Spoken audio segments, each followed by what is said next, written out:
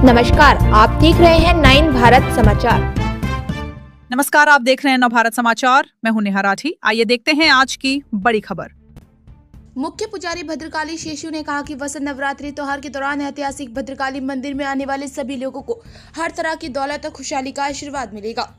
मंगलवार को वरंगल शहर के मशहूर श्री भद्रकाली मंदिर में बसंत नवरात्रि का त्योहार मनाया जा रहा।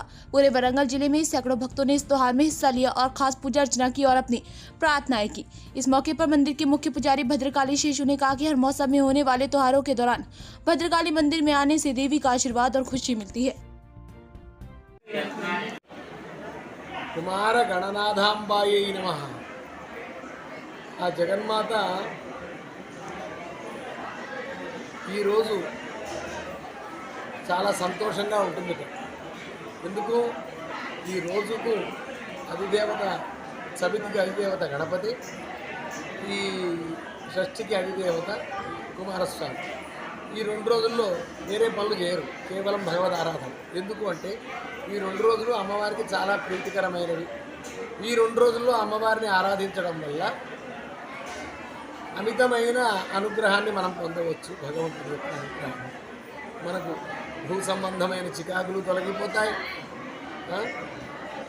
శత్రుపీడ తొలగిపోతుంది. దేవసేనాపతి సుబ్రహ్మణ్యేశ్వర స్వామి అనుగ్రహం వల్ల వేలాయుధం రూపంలో ఆ జగన్మాతే సుబ్రహ్మణ్యేశ్వర స్వామి చేతికి వచ్చిందని మనకు శాస్త్రాలు చెప్తూ ఉన్నాయి.